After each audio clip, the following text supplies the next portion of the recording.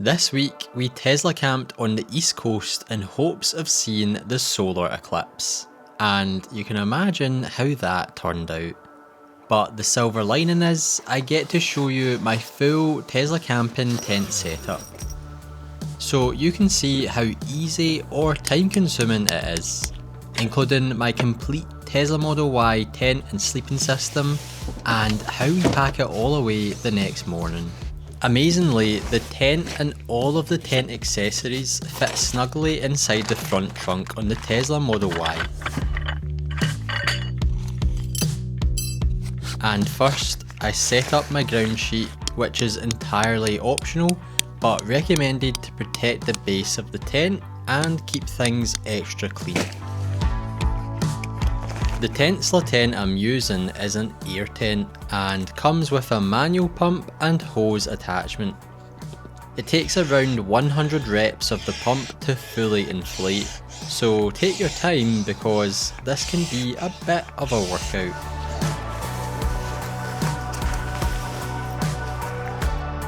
And you'll know you're getting close when it gets harder to inflate. Okay, so now that your tent's inflated, we need to actually attach it to the car, but before you actually peg it down to the ground, we're going to have to pop this trunk open and get it all hooked up in there, so let me show you how that all works. I take my time to push all of the excess material over the rear hatch before slowly lifting the trunk open into position. Occasionally popping outside to make sure the tent is close enough to the car. This is going to sit up here. What we want to do is use this Velcro, like pull the material inside till we find the matching Velcro tabs. Connect that piece on, then do the same on the opposite side.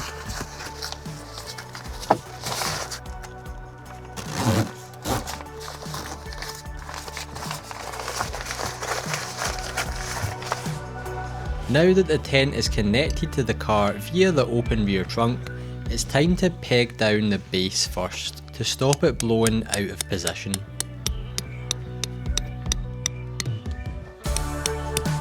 Base of the tent is now pegged down. Tent is connected to the car, but you're not quite finished yet because if it gets super windy, this thing is just going to blow over. Don't ask me how I know. So we want to get these guy lines all set up. And this part's super easy, just takes a wee bit of time. So let's get it all done. I like to tie my guy ropes up as neatly as I can each time I pack up. And this makes it much easier to unravel them during setup without having to deal with a tangled mess. I also like to check the knots on the end of the red metal tensioner. You want those knots to be chunky so they don't get pulled through the tensioner. Otherwise your tent is going to come crashing down.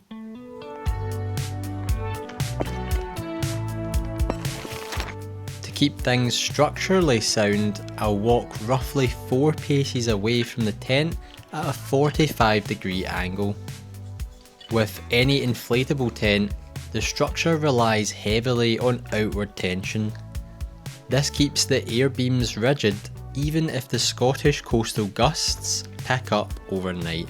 And for now, I'll loosely place them over the tent stakes before hammering them all in and applying tension to the guy ropes. That's the guy lines down and they're all nice and tight, so the tent is secure, it's not going to go anywhere. But we've got a couple of awnings, so we've actually got an awning at the very end here. We've got another awning at the side, and we've also got this sheet that covers the roof of the Tesla. Now, the rest of them are all optional, but this one you definitely want to peg down. You've got two options though. You can either use poles or you can actually just guy line it straight down onto the ground. But I think for today's one, we're going to use the poles. It's going to give us a wee bit more height and it's going to make it a wee bit easier to get in and out of the car. So I'll show you how you set that up just now.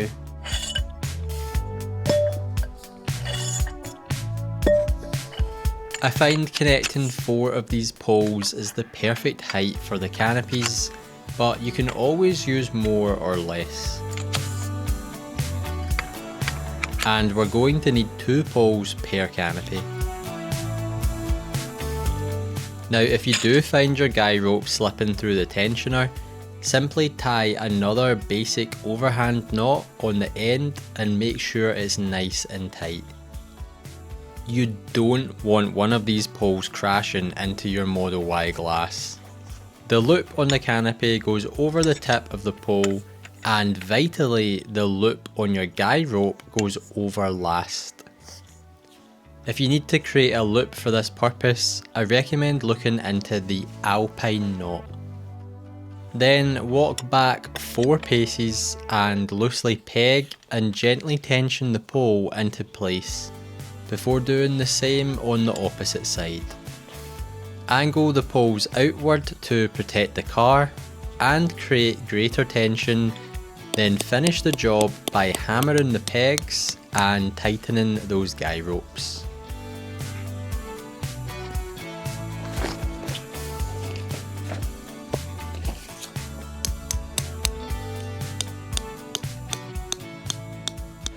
So now we've got these little side pieces up, they're going to give you a tiny bit of shade, but the most important thing is tonight when we zip this all down, this is going to be an extra sheltered area that you can actually store things as well if you need more room out with the actual main tent itself.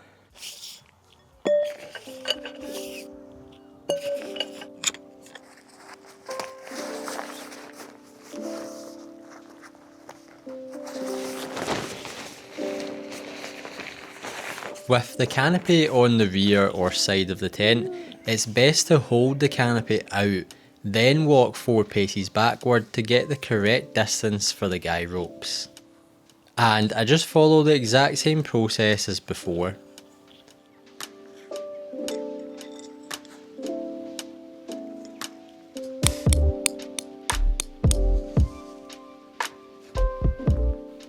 To complete the weather seal, we have 2 final guy ropes at either side on the rear hatch. They can simply be pegged straight into the ground.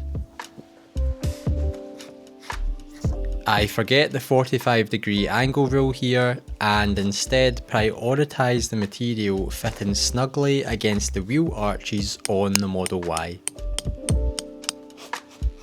So now this section is all super tight and we're totally weatherproof because any rain that falls is going to get caught with this canopy, and even if it did get in here, we've got a nice tight fit into the glass.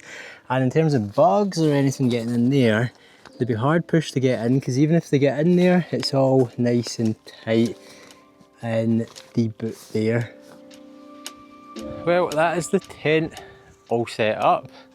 Apart from obviously that other awning there, but one is fine for us tonight. And a little tip is you can actually angle your pole inward, it'll make it a wee bit stronger.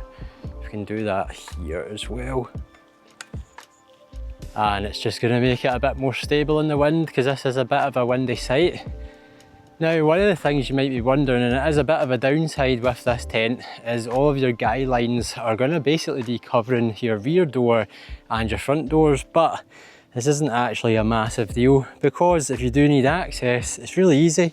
All you do is just take the tension off of it completely, and you can see it just goes flat there. Same here, we're just going to basically take this metal piece and we're just going to push it downward, releases all that tension. We can take the slack down and now we have access to our doors. The only thing to bear in mind is your pole if you've got it here, so you can just pop that out of the way. You've still got access there, and we've got access here too. We can just move the rope around it, but we can still fully open the door there and it's not going to blow away because we've got those guy lines down nice and tight. For my sleep setup, I've actually made a driver profile called Sleep that saves my driver's seat position.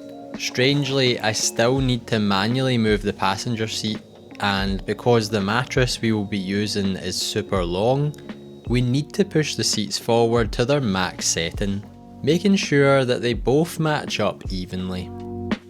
And now it's time to play Tesla Tetris. The game where you decide what goes where. Which is actually kind of fun in the Model Y because you've got so many options. And the Fruble Lite sleeping platform that I'm using is set and forget for the most part, aside from the top of the frame which comes flat pack. Luckily it's easy enough to put together. And for extra stability, I've brought along this headrest support system.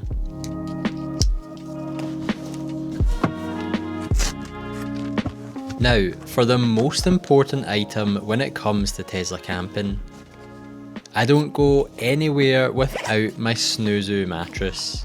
Definitely an expensive Tentsla camping item, but one that I would be sad to live without. As you can see, it just makes the whole setup process super simple. But the best part is getting to sleep on this thing. It's unbelievably comfortable. And this is something I've been getting lots of questions on. Everyone wants to know where I got these blankets. Now, the sad news is that I cannot find these anywhere online for sale. For some reason, they appear to no longer exist. Which is a real shame because they are amazing, but I'll try and not rub it in. If anyone knows where to buy these, please let me know. And another essential item that seems to be hard to come by these days are the privacy shades. And in particular, there appears to be a shortage of ones for the Model Y Juniper. I'll leave links in the description for all of the gear, so hopefully I'll have a link for some Juniper privacy shades there too. But this one in particular, we want to take outside to open.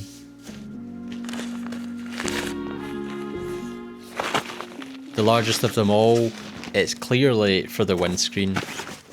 The idea is that it velcro straps around the rear view mirror and is held in place by your sun visors. For the most part it does the job well and blocks out the majority of the light. The biggest advantage of sleeping in a Tentsla is camp mode, but everyone has their own preferred settings, so here's mine.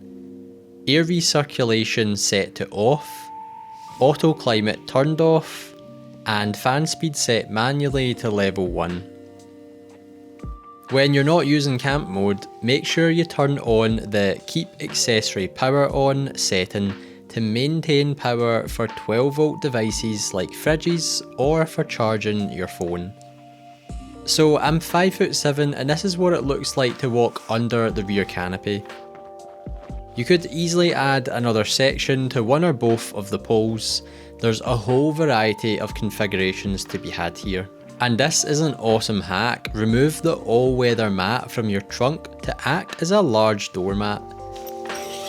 As we go inside the tent, you can see there is tons of space.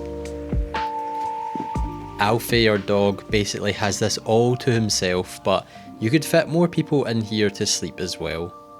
This Fruble storage drawer, however, is one of my biggest upgrades this year. It allows us to store so many essential items in one easy to access location. And underneath the Fruble platform, you can still access the sub-trunk, where we have our 35 litre flush fitting sub-trunk fridge. Another massive upgrade to the setup this year. Plus you've got lots of extra storage at the rear of the Fruble Lite kit. The Tentsla tent has built-in storage as well, with 4 pouches in total for storing small items. The air beams are solid, leading to a single ceiling clip which you can use for hanging lights, and the 3 toggles for the side window material can also be used to hang items or a clothesline. Not really sure what this little toggle is for, but it's there if you need it. And obviously our bed setup is super cozy with plenty of space. Now I have noticed some wear and tear to the inside of the tent, especially where the tent fabric rubs up against the trunk lid. But I've not noticed any water coming through, so it appears to be good for now. One thing that is annoying is that trunk light that stays permanently on. But here's a little hack. To disable it, grab a thin but hard object like the handle of a teaspoon. Give the trunk locking mechanism a few hard and fast strikes and you can trick the car into thinking it's locked. When it's time to pack up, those rear blankets roll up easily and the mattress deflates at the push of a single button.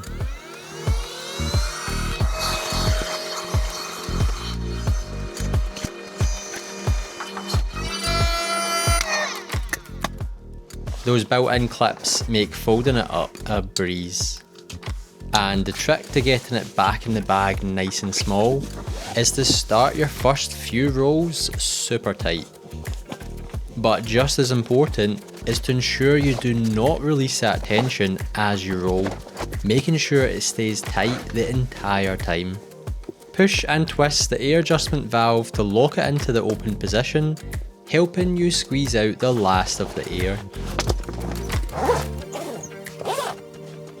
And you'll know you've done it all right if you've got some excess material on top of the duffel bag. If not, try rolling it tighter. The duffel bag should fold over on itself neatly for a snug fit, with the built-in clips allowing you to really cinch it all down when locked into place.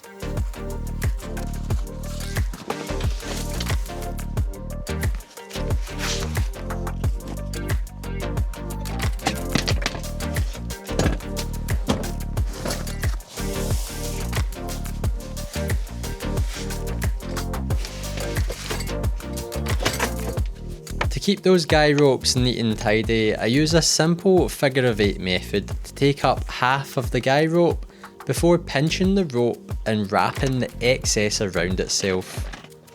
And to keep it all tight, I'll pop my index finger on top, then slide the last of the rope through the hole created by my finger, tightening the basic half hitch knot down, and voila! You won't have a tangled mess the next time you go camping. The awning poles pack down easily and I attach the roof canopy to the ground for now to stop it blowing about. It's time to pull those 4 guy ropes down from the main tent and head back inside to detach the tent from the rear hatch. Taking my time to ensure the material doesn't get caught in the trunk as it closes.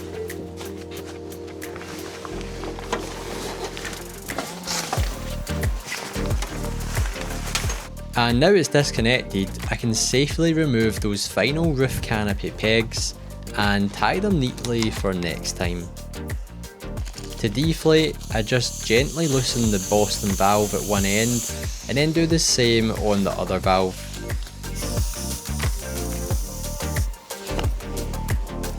I find it's best to let the tent down slowly, and once she's down, I'll open those valves fully to release the last of the air.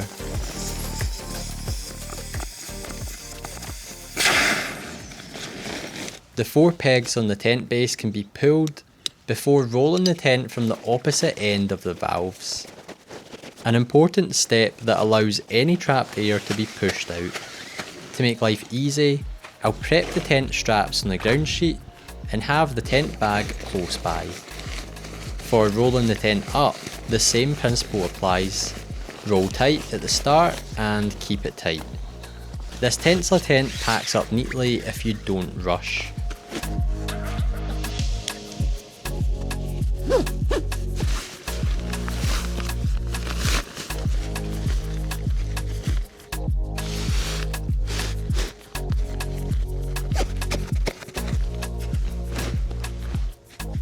And to prove that it all really does fit in the Frunk,